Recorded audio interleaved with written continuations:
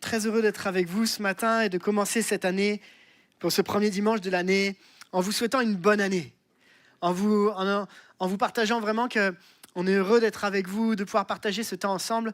Et il y a toujours un défi pour le pasteur de faire son message de la nouvelle année.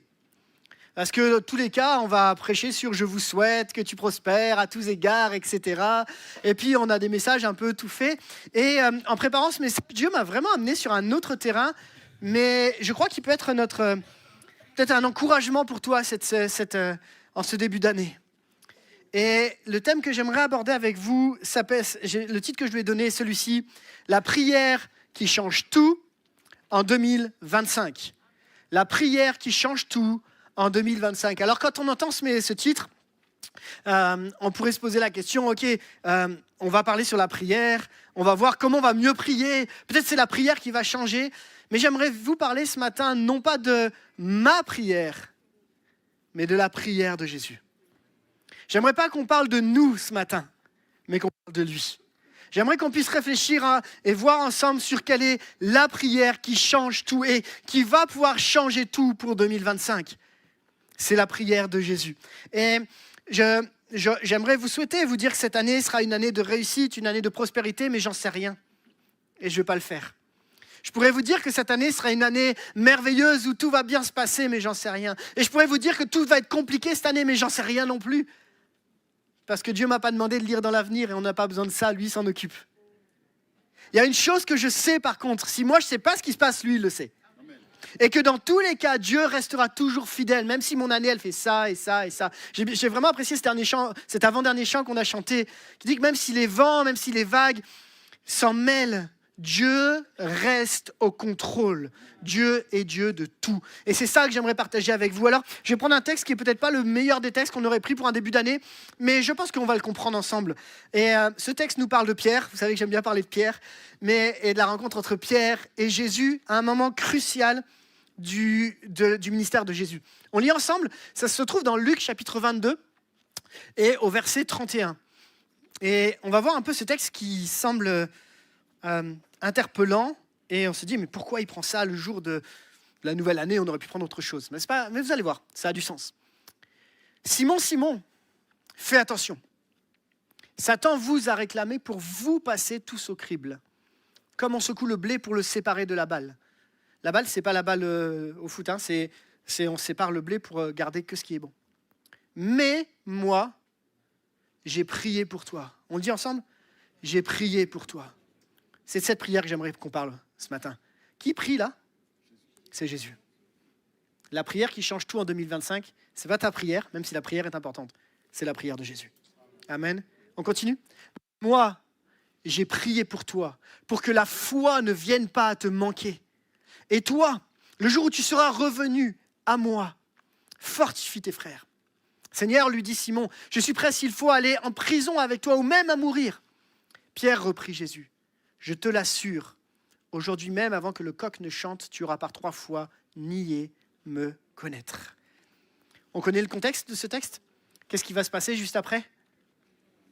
L'arrestation de Jésus, la mort de Jésus, et là, le reniement de Jésus par Pierre.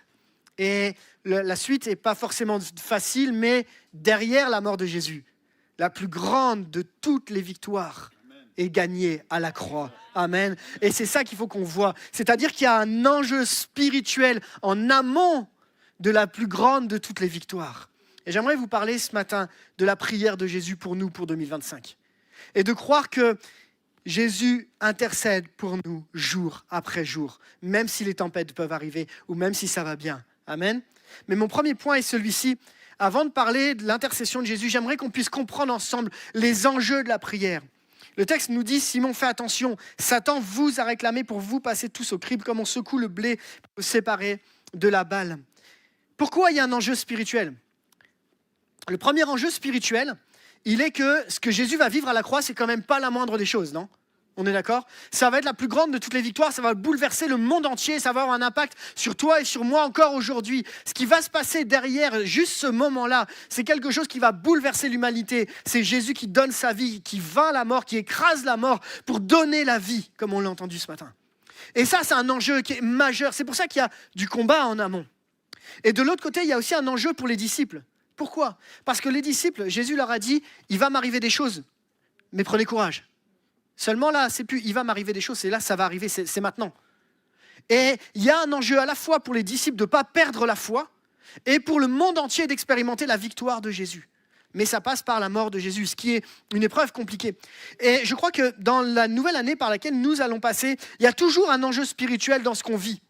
À partir du moment où tu appartiens à Jésus et que tu t'engages avec lui, comme Pierre l'a fait des années auparavant, il y a un enjeu spirituel. Il y a un enjeu parce que l'ennemi n'aime pas que tu t'engages avec lui. L'ennemi n'aime pas que tu places ton année sous la protection de Dieu.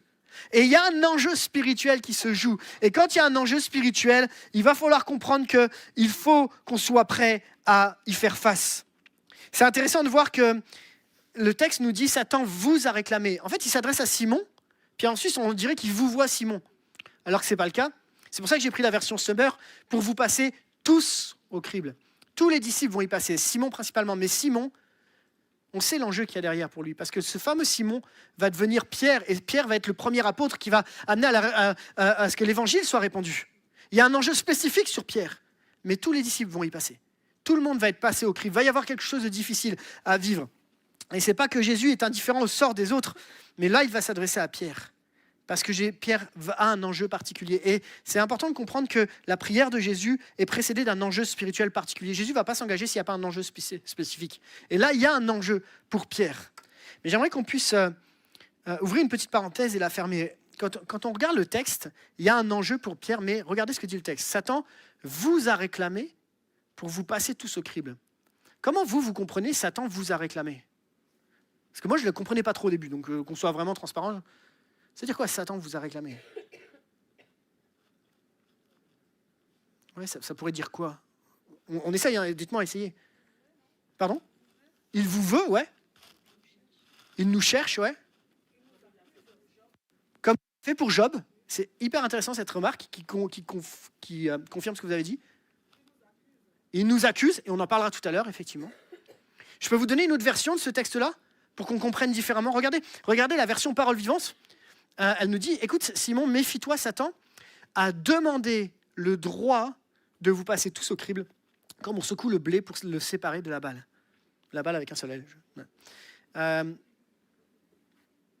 C'est intéressant de voir que Satan a demandé le droit. Qu'est-ce que ça veut dire ? On a deux façons d'interpréter ce texte. Soit tu te dis, pourquoi Dieu a autorisé ? Soit tu te dis, Satan n'a qu'un pouvoir limité. Et moi, je préfère, je vais m'attarder sur la deuxième partie, mais je vais aussi parler de la première partie. Satan n'a qu'un pouvoir limité sur nos vies.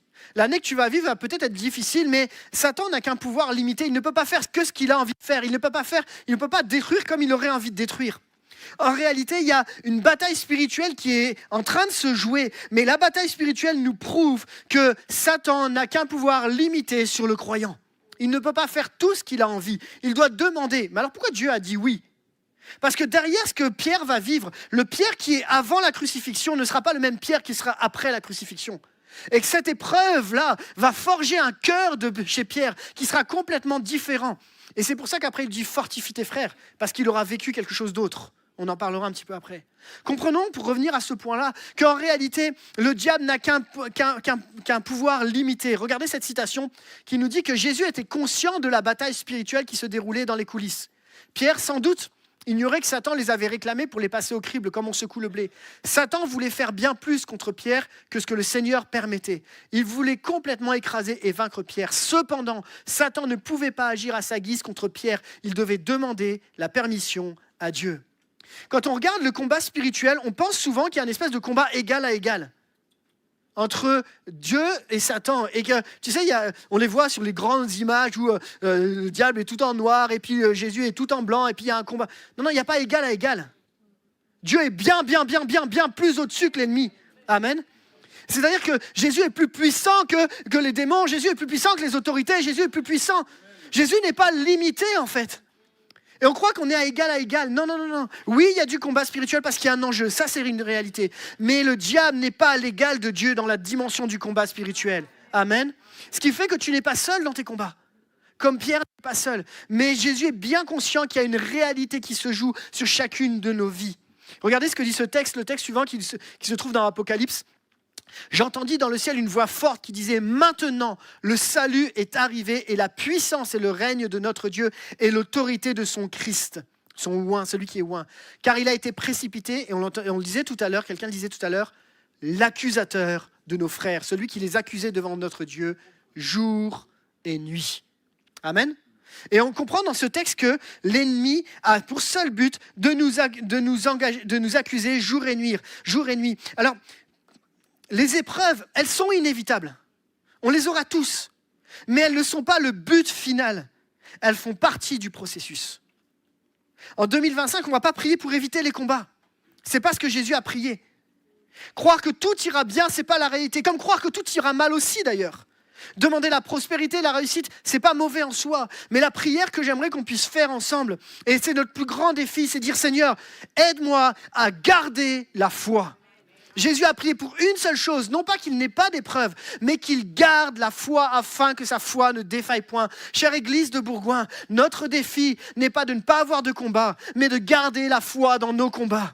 Amen. Et quand Jésus intercède pour nous, ça fait la différence. Il y a un enjeu pour nous. Et cet enjeu, c'est de savoir dire, Seigneur, je veux persévérer jusqu'à la fin. Pour autant, en ce moment même, il nous accuse jour et nuit. Comment lutter face à quelqu'un qui nous accuse jour et nuit ? Il nous faut quelqu'un qui nous défend jour et nuit. Vous êtes OK avec ça ? Et ça ne peut pas être toi, malheureusement. Enfin, on s'entend ? Dans ce rôle-là, ça peut pas venir de nous. Il nous faut quelqu'un de plus puissant que nous-mêmes, de plus puissant que l'ennemi. Et c'est là ma deuxième partie. 2025, entre les mains de Jésus, ça sera une année soutenue par sa prière. Amen. Pour ta vie, pour ma vie. Une année soutenue, non pas par ma prière, même si la prière...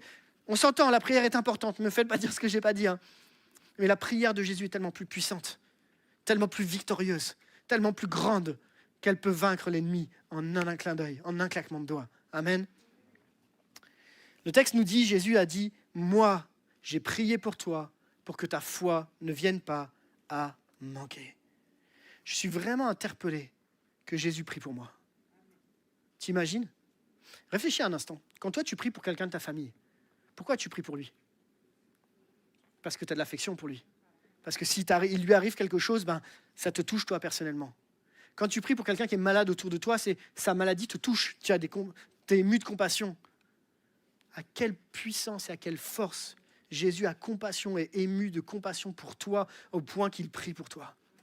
Si même nous, on est capable de le faire. Amen. Et moi, ça m'a bouleversé en préparant ce message. Parce qu'en réalité, Jésus prie pour moi.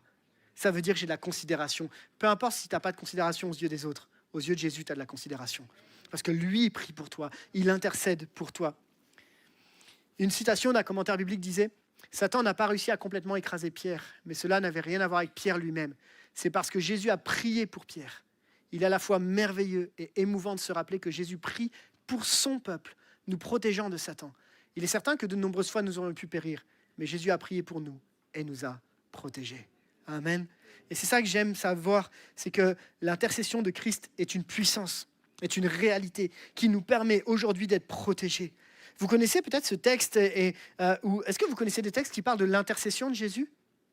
Ça vous parle ? Je vais vous en montrer, mais je suis sûr que vous les connaissez déjà. Il y en a un qui se trouve dans Hébreux 7, et il nous dit « Voilà pourquoi il est toujours en mesure de sauver parfaitement et à jamais ceux qui s'approchent de Dieu par son intermédiaire, parce qu'il vit éternellement. Il peut toujours intervenir en leur faveur auprès de Dieu. » Et d'autres traductions nous diront « Il peut intercéder ». Vous avez déjà lu ce texte-là ? Il est encore vivant pour intercéder pour nous. C'est-à-dire que Jésus est à la droite du Père, il intercède pour nous. Et vous avez également ce texte qui se trouve dans 1 Jean 2, 1, « Mes chers enfants, je vous écris tout ceci afin de vous éviter de pécher. Si toutefois il arrivait à quelqu'un de commettre un péché, nous avons un défenseur. Jésus-Christ, celui qui est sans péché, il plaidera notre cause devant le Père. » Face à un accusateur, on a un défenseur. Amen. J'aime cette notion d'intercession et je l'avais lu dans un livre et je crois que je vous l'ai déjà partagé, mais je repartage cette image parce qu'elle me parle beaucoup. La notion d'intercession de Jésus, c'est comme l'histoire d'un scaphandrier. Vous savez ce que c'est un scaphandrier ? C'est un monsieur qui prend une combinaison particulière et on l'emmène tout au fond de l'eau et il doit faire des choses au fond de l'eau. Vous avez déjà vu ces images ? Dans les dessins animés, on le voit aussi. Tu as le mec qui marche comme ça avec des gros... Et il a tout un scaphandre et il va faire des expériences, etc. Et le scaphandrier, il est relié au bateau par un câble. Et sur le bateau, alors avant, c'est comme ça que ça se passait avant, il y a quelqu'un qui pompait pour lui envoyer de l'air.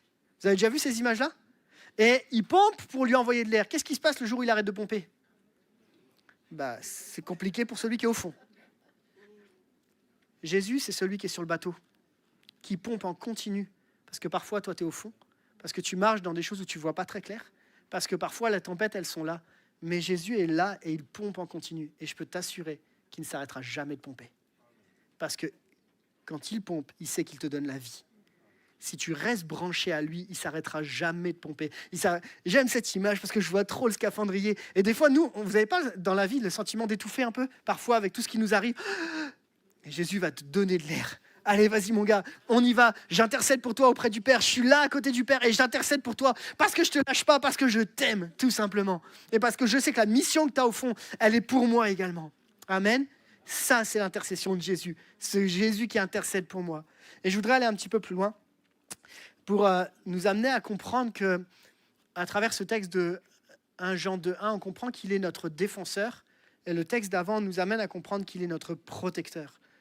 Et l'intercession de Jésus, je l'ai vue sous deux aspects. Et pour ça, je vous ai fait un petit tableau, mon tableau de prof, là, à l'ancienne. Et il y a deux aspects qui m'ont interpellé.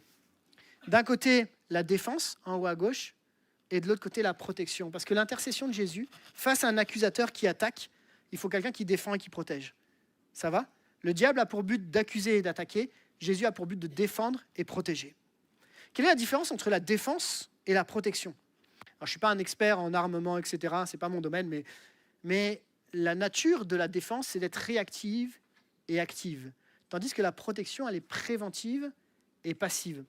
Et dans certains moments de nos vies, tu as l'impression que Jésus est vraiment en train d'agir, tu le sens, le combat spirituel, il est là, il est vraiment actif, il agit, il y a des choses qui se passent, il y a des transformations. Puis parfois, tu ne le vois pas, parce qu'il est juste en train de préparer le terrain.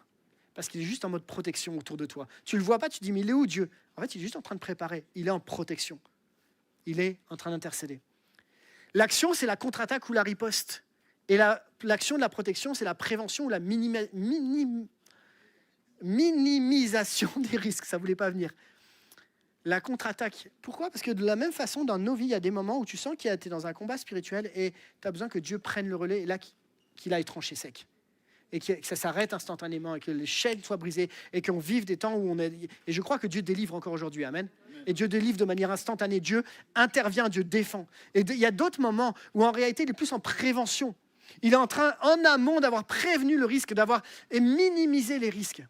De la même façon, son objectif, c'est parfois, il va repousser la menace, parfois, il va juste éviter ou limiter les dégâts. Et ça, je trouvais que ça avait pas mal attrait sur les différents combats spirituels qu'on peut vivre.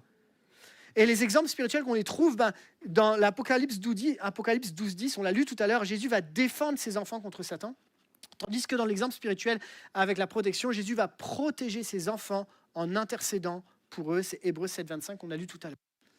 Comprenons ensemble que l'intercession de Jésus va plus loin que simplement être à la droite du Père. Il engage pour nous une défense et une protection, qui fait que cette année, dans les hauts comme dans les bas, il sera ta défense, il sera ta protection. Il sera à tes côtés dans les hauts comme dans les bas. Vous êtes avec moi? Et c'est là où je comprends que Jésus, son rôle d'intercession, il est bien plus puissant que ma propre prière. Il est bien plus puissant que même si je faisais tout ce qu'il fallait faire. Non, c'est son intercession qui fait toute la différence. Et quand il va voir Pierre et qu'il dit « Mais j'ai prié pour toi », il ne va pas lui éviter le combat, mais il va le garder de chuter. Et c'est ça que Dieu veut faire pour cette année 2025. Amen. Dans cette année 2025, est-ce que tu es prêt à faire confiance à l'intercession de Jésus? Moi, j'ai souvent fait confiance à Jésus. On m'a toujours dit, je fais confiance à Dieu, etc. Là, je veux quand même découvrir, Seigneur, je veux te faire confiance dans ton intercession pour moi. Ça va plus loin, c'est autre chose. Seigneur, je veux faire confiance si tu as dit dans ta parole que tu as intercédé pour moi, alors c'est que tu es en train de le faire. Et si la tempête fait rage, je veux croire que tu prends soin de moi, que tu le gardes, que tu es là dans mes combats personnels ou collectifs. Pour l'église de Bourgoin, je veux croire que Jésus intercède pour l'église de Bourgoin. Pour ton mari inconverti, pour ton enfant inconverti, pour qui tu pries depuis des années. Jésus est avec toi dans le combat spirituel. Jésus prie avec toi. Jésus ne te laisse pas seul dans ce qui va se passer durant cette année. Cette année 2025, ce n'est pas une année sans combat. C'est une année où Christ va intercéder pour nous chaque jour. Amen. Il ne va pas s'arrêter parce qu'il est fidèle. Amen. J'arrive à ma troisième et dernière partie. Pierre. Ah, qu'est-ce que j'aime Pierre, parce que Pierre, c'est celui qui nous représente le plus. Notre ami Pierre, il va arriver et puis il va dire « Non, mais moi, j'irai jusqu'à la mort pour toi ». Et j'aimerais parler dans ma troisième partie de la faiblesse de Pierre, c'est-à-dire cette capacité à croire que je peux encore sauver le monde, à la mission pour laquelle il va le nommer. La prière de Jésus pour toi en 2025. Quand Jésus va voir Pierre, et Pierre va lui répondre « Ah les gars, c'est bon, je vais y arriver ». Jésus, avant, lui aura dit « Et toi, le jour où tu seras revenu à moi, affermis tes frères, fortifie tes frères ». Ça dépend des versions. Tu sais que l'intercession de Jésus va plus loin que ce que tu vois à l'instant T. Jésus sait les épreuves. Jésus connaît. Mais je crois que la chute, comme Pierre va la vivre, n'est pas la fin, mais une étape de transformation. Notre cher Pierre, qui va aller jusqu'au bout, va dire « Mais moi, j'irai jusqu'au bout ». Mais Pierre n'a pas consciemment menti ici. Quand il dit « Je vais aller jusqu'au bout », il n'est pas en train de dire ouais, je suis plus fort que les autres ». Non, je pense qu'il le pense vraiment.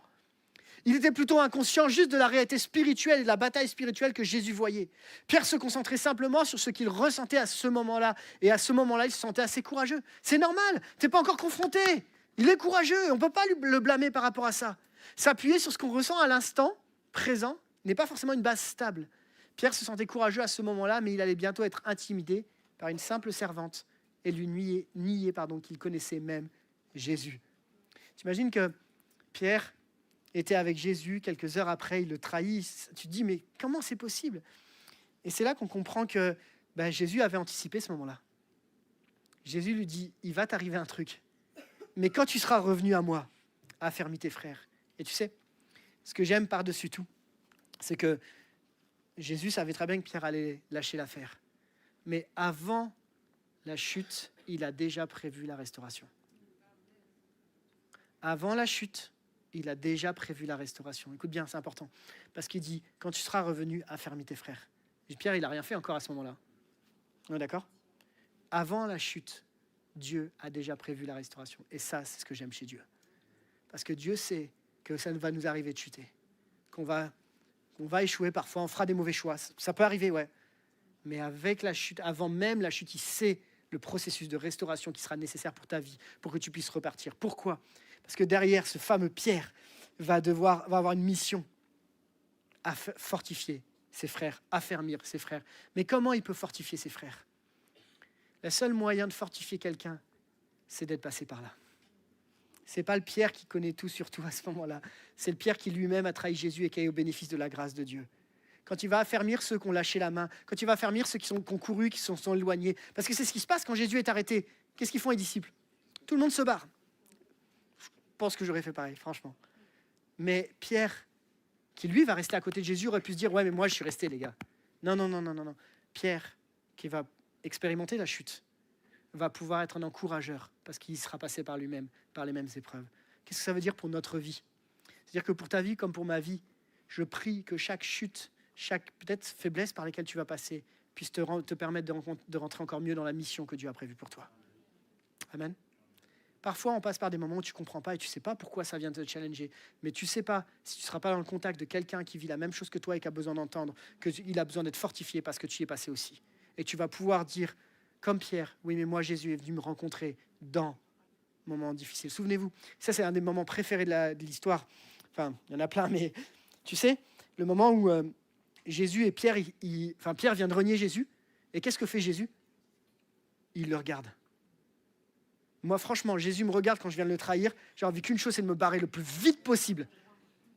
Seulement, au moment où le regard de Pierre et de Jésus se croisent, et là, tu vois les larmes on le lit dans la Bible, les larmes de Pierre confrontées à « Ouais, j'ai échoué, en fait. » Et pourtant, le regard de Jésus toujours posé sur lui. Et est-ce qu'il a été disqualifié, Pierre? Pierre est quand même devenu l'apôtre Pierre. Amen. Et c'est là où je veux te dire, je ne sais pas ce que va être ton année. Je ne voudrais pas prophétiser quoi que ce soit, parce que Dieu ne m'a pas demandé ça. Mais ce que Dieu m'a demandé de vous dire, les amis, c'est que Dieu sera toujours fidèle et qu'il intercède pour toi jour après jour, quand tu vas réussir ou quand tu vas échouer. Et que même si tu échoues, il a une possibilité de restauration parce qu'il a déjà prévu la restauration avant l'échec. Amen. Et j'arrive à la conclusion de mon message.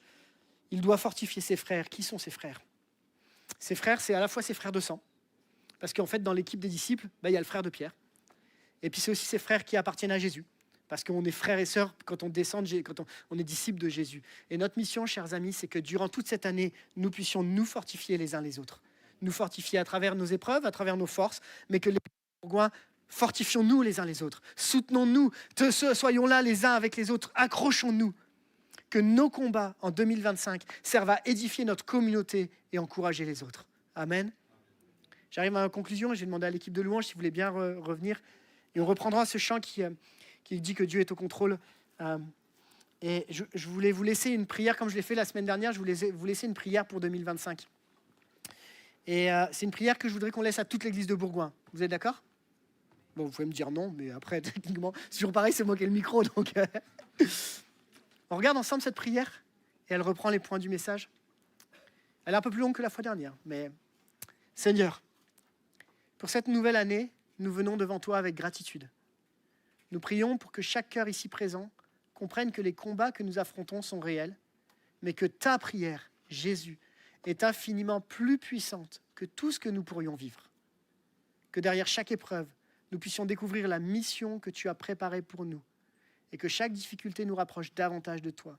Que ta grâce nous soutienne, que ta paix nous garde, que ta prière continue de nous fortifier.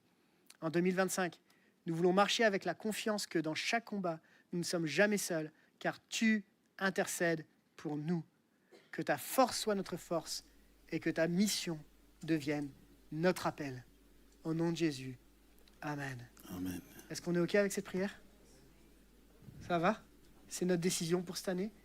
Alors, avec Lise et les enfants, on prie pour vous.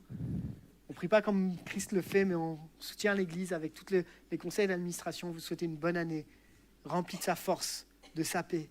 Et croyons que Jésus intercède pour nous, que Jésus restera le centre de notre Église, qu'il restera celui qui est à nos côtés à chaque instant. Amen. Je vous propose qu'on puisse reprendre ce chant qu'on a chanté tout à l'heure. C'était peut-être une découverte pour certains, mais il était vraiment, je crois, inspiré, j'en suis sûr. Et il nous rappelle combien Dieu est au contrôle, combien Dieu connaît, combien Dieu sait que même si les vagues et les tempêtes sont là, il est Dieu de tout. Amen. Pour ceux qui le